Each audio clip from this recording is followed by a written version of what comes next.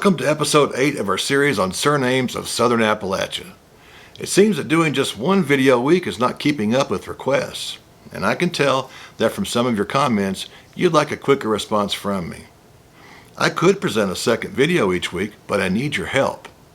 To make a second video per week possible, it would help if you would like, share, and subscribe to The Vantage Point. It would also help if you could support our sponsors by occasionally watching one or two of their short commercials. YouTube's algorithm responds well to those measures, and that's very important. To make our task even more manageable, I'm focusing on early Southern Appalachian surnames.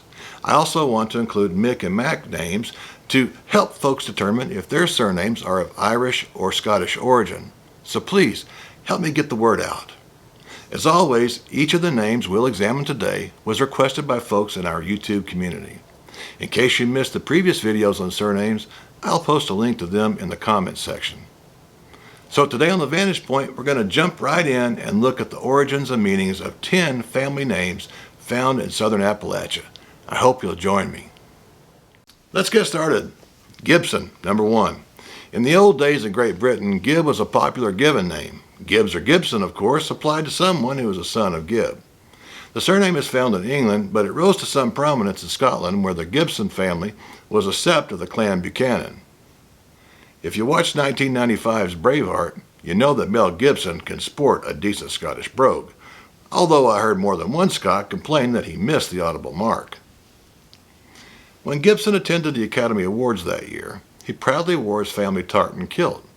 It shouldn't come as a surprise then that Black and McIsaac tell us that the name is mainly of Scottish origin. It's especially common in Ulster. In my opinion, I think we in Southern Appalachia can consider Gibson a Scots-Irish or Scottish surname. Number 2, Chisholm. This name was made famous in America by John Wayne, who portrayed John Chisholm, the blazer of the Chisholm Trail, in the 1970 Western handily titled Chisholm. Although many consider Chisholm to be a Scottish surname, it's actually an Old English name that means a gravelly island. It can also refer to a biome that runs along the interface between rivers, streams, and land. Eventually, a Border Scots family adopted the surname. The first record of Chisholm in Scotland appears in 1254. Members of that family took Chisholm with them to Ulster, where it's quite common. No doubt members of that family probably arrived in Southern Appalachia with the migrating Scots-Irish. You might note that in Ulster and Great Britain, the name can also be spelled Chisholm. Number 3, Branscomb.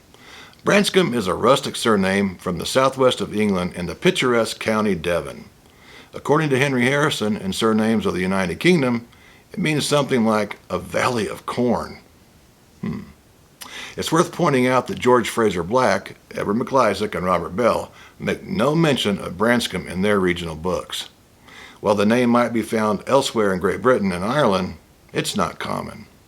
You might note that the Tidewater region of Virginia lured quite a few cavaliers from the southwest of England after the execution of Charles I in 1649. According to David Hackett Fisher and Albion Seed, a great book by the way, it was from that part of England that the roots of America's southern accent was born. With that stated, I'm confident that Branscomb in Southern Appalachia is of English origin. Number 4, Hughes. This is an interesting surname in that it's common in England, Ireland, and Wales, but it's not common in Scotland. This English name means the son of Hugh. According to Wales Online, it's the 8th most common surname in Wales. And according to McIsaac, it's common throughout Ireland except for Munster. In Ulster, it's among the top 20 most common surnames, and it's in the top 5 in County Armagh. At the end of the day, Hughes families in Southern Appalachia could have roots in England, Wales, or Ireland. It could also be regarded as an Anglo-Celtic surname in Appalachia. Number 5, Sizemore. Interestingly, this old Anglo-Norse name is found mostly in the United States and Canada, not in the United Kingdom. It means a dweller on a hillside.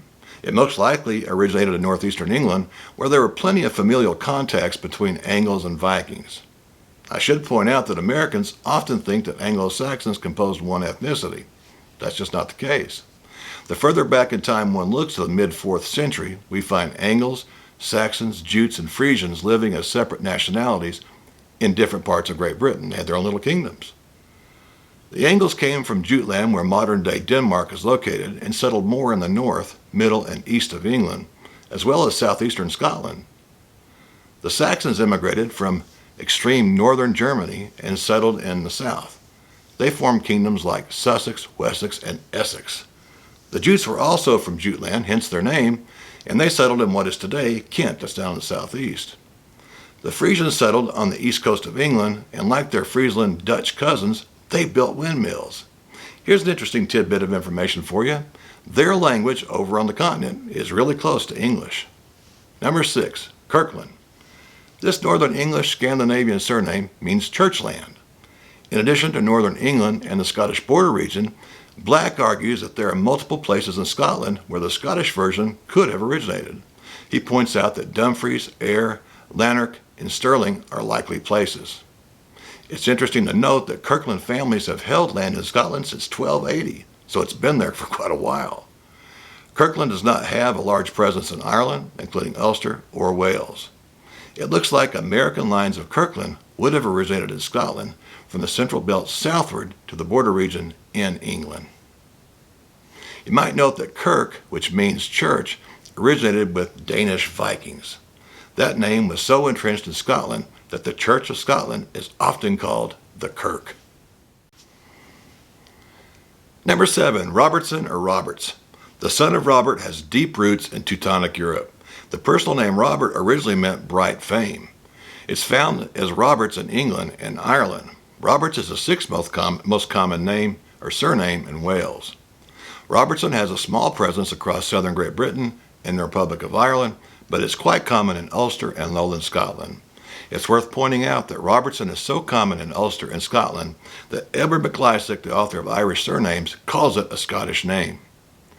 Based on historical migration patterns and MacLeisig's observations, I would think that Robertson in Southern Appalachia could well be a Scots-Irish surname. Number 8, Watson. According to Harrison, Watson is a diminutive form of the son of Walter. Its roots are Old High German. MacLeisigh claims that in Ireland, Watson is an anglicized form of a Scottish Gaelic name that I'll not attempt to pronounce. It's quite common in northeastern Ulster and lowland Scotland and has a presence in England, but it's not particularly common in Wales. In southern Appalachia, Watson could well be a Scots-Irish derivation. Number 9, Hatfield. You might recognize the name Hatfield as one of two rival families in a famous Appalachian feud. I wasn't too surprised to find that Hatfield was one of the most requested surnames that I've received. So, where did it originate and what did it mean? Despite Hatfield's association with the Celtic notion of clan violence that was typical in the border region of Great Britain, the surname is of Old English, not Celtic derivation. It also had a rustic early meaning, heath meadow. Hatfield doesn't appear to be a common surname in any regions other than England. I believe that we can place Hatfield squarely on the list of English surnames. Number 10, Mullins. Although I have not lived in my hometown of Oliver Springs, Tennessee for more than 30 years, I have fond memories of the town's Mullins families. In researching the Mullins surname, most of the sources point to an Irish origin. Even Harrison gives it a Celtic basis, meaning little, bald, or shaven one. Meanwhile, Black doesn't discuss the surname in Scotland, so that leaves us with Ireland. Bell tells us that Mullins is derived from an old Irish Gaelic name, which I'll not harm by trying to pronounce it. It's more common in Ulster than it is in the rest of Ireland. However, the surname is well represented in counties Clare and Cork. I believe we can place Mullins on the list of Anglo-Irish surnames. Well, friends, that's about it for today. I hope you got something meaningful out of our discussion. If you did, please like, share, and subscribe to the channel.